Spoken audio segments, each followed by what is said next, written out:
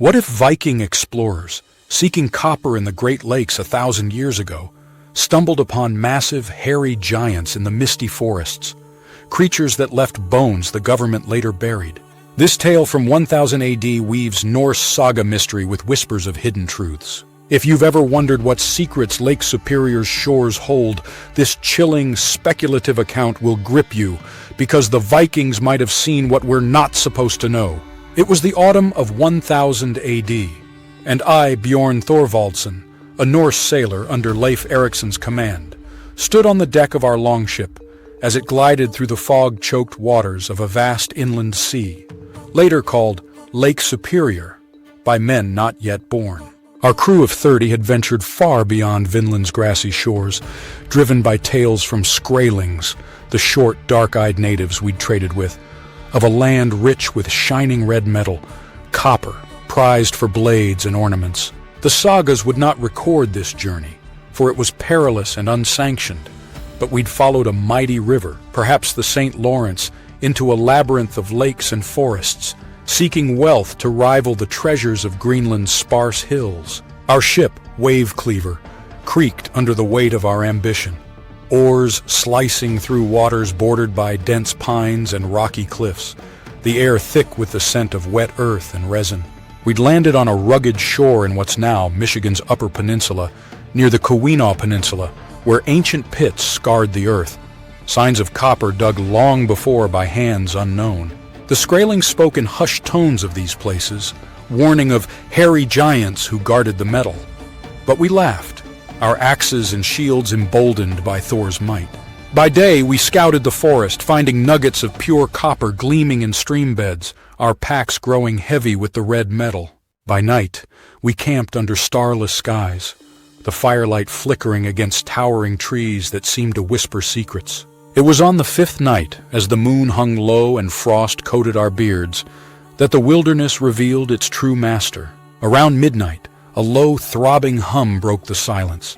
Not the wind's howl or a wolf's cry, but a deep vibration that shook the ground beneath our furs. I jolted awake, hand on my axe, as my kinsman Sven hissed, "Listen!"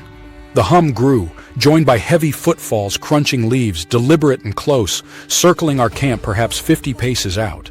The fire dimmed, as if choked by an unseen force, and a stench rolled in, musky, rancid, like a beast long dead yet walking. I grabbed a torch, its flame trembling as I peered into the darkness. There, at the edge of the firelight, stood a figure towering over any man.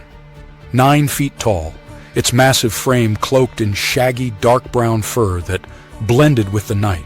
Its arms hung low, past its knees, and its eyes glowed an eerie amber, reflecting the torch like a wolf's but far too high off the ground. The face was broad, ape-like, with a heavy brow and a mouth that bared teeth in a silent snarl. The crew froze, axes raised, as it let out a bellow, a guttural roar that rattled our shields and sent sparks flying from the fire. Birds exploded from the trees, their cries drowned by the sound. "Troll!" whispered Olaf, clutching his Thor's hammer pendant. But this was no saga beast. It was real, flesh and fury, its muscles rippling under the fur as it shifted its weight. I shouted in Norse, brandishing my axe, but the creature didn't flinch.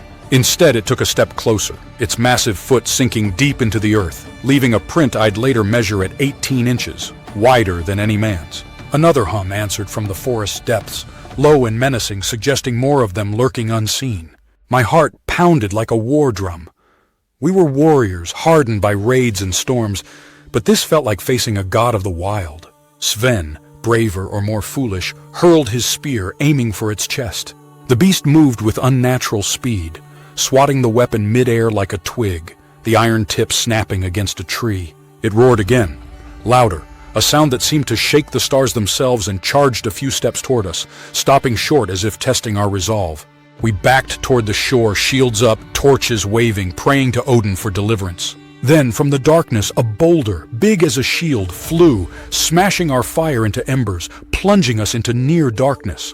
Panic seized us. We ran for Wave Cleaver, stumbling over roots, the beast's footsteps thudding behind, its stench choking the air. I glanced back once, seeing those amber eyes glowing through the mist, unblinking, as if marking us as intruders.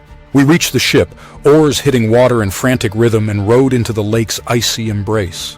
The roars followed, echoing across the water, joined by wood knocks, sharp, deliberate thuds from the shore like a warning not to return.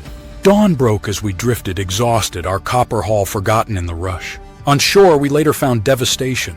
Our camp was torn apart, tents shredded, and a pile of bones, deer, bear, maybe human, stacked neatly by the water, blood still wet as if an offering or a threat. Tracks circled the site, 18 inches long with deep toe impressions, some smaller, suggesting a family of these giants. A nearby mound, earth heaped unnaturally high, caught my eye. Ancient, like the copper pits, with a massive femur bone protruding, far too large for any beast we knew.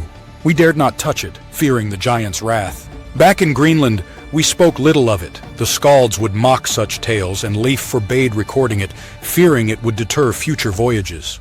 But I whispered it to my kin, and they to theirs, a story buried like those bones. Years later, I learned of whispers in the New World, tales of giant skeletons in mounds near these lakes, supposedly hidden by men in later centuries who feared the truth of what walked these lands. The Skræling's warnings, the bones, the tracks, all pointed to something ancient guarding the copper we sought. BFRO investigators, had they existed then, would have called it Class B for the tracks and sounds. But I know what I saw, a hairy giant, intelligent and vengeful, patrolling its domain.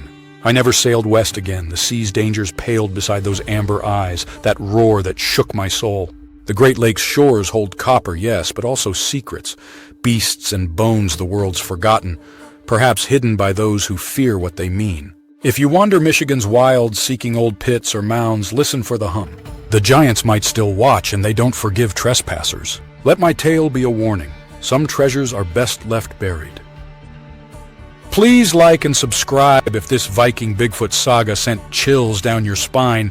Hit that like button and subscribe for more eerie tales from the edges of history. Share your thoughts. Have you heard whispers of giants in the Great Lakes? Stay curious, but stay safe in the wild.